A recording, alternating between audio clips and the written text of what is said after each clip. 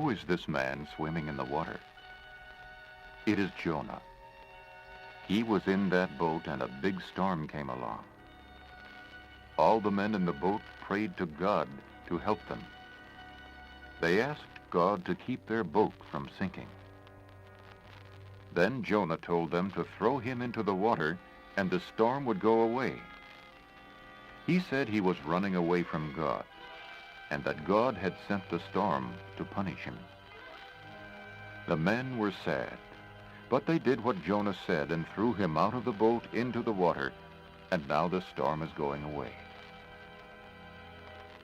Jonah is in the water, but God won't let him die. He has sent a great fish to swallow Jonah without hurting him.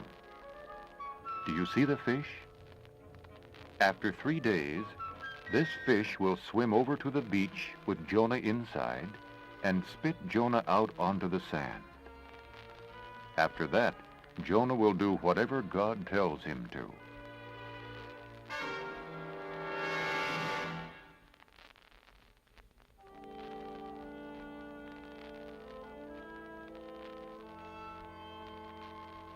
Here is another picture of Jonah, the man who ran away from God and was swallowed by a big fish. After the fish had spit him out onto the dry ground, God spoke again to Jonah and told him to go to the city of Nineveh and to preach to the people there. Jonah, God said, tell the people who live in Nineveh that they have been bad, and I will need to punish them next month. Here in this picture, you can see Jonah doing what God told him to. He is telling all the people what God said. The people are listening. They are sorry and afraid. Now they will stop doing bad things because they know God will punish them if they keep on doing them. Now God will not need to punish these people because they are listening to Jonah.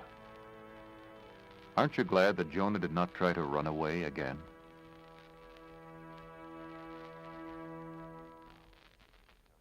Now I am going to tell you a very wonderful story about a boy named Daniel. The king has sent some very good food for Daniel to eat, but Daniel won't eat it. In the picture, you can see him telling the 2 men to take the food away. Shall I tell you why? Daniel doesn't want to eat the good food because the king doesn't believe in God. The king prays to sticks and stones and idols. When the king asks the blessing at the table, he doesn't ask God to bless the food. Instead, the king prays to sticks and stones and ugly idols and asks them to bless it. Daniel doesn't want to eat that kind of food, even if it is cake and candy and ice cream. Daniel wants God to be happy more than he wants to eat.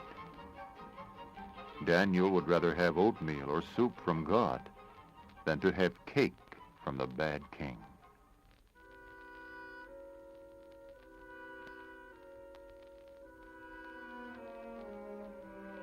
The king has many friends with him eating lots of good food. But do you see something very strange in this picture? Can you see where Daniel is pointing?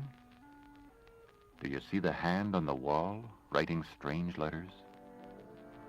No one is there, only a hand. Where does the hand come from? It must be an angel's hand, or perhaps the hand of God that is writing these letters. The king does not know what they mean.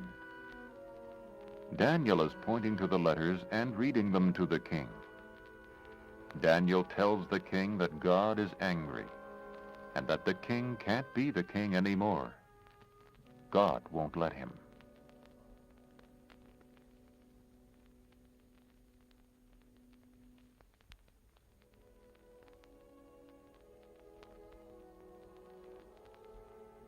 Daniel is praying.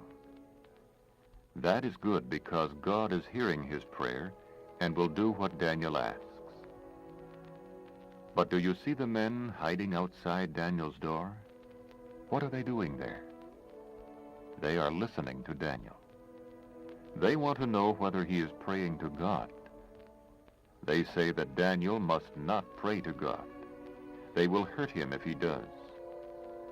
Daniel knows the men are there listening, but he does not care.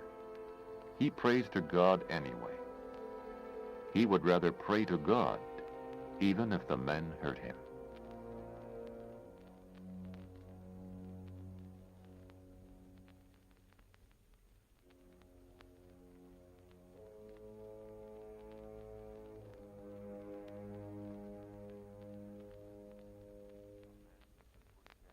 The men have put Daniel in with all of these lions. Why did they do this? It is because Daniel was praying to God.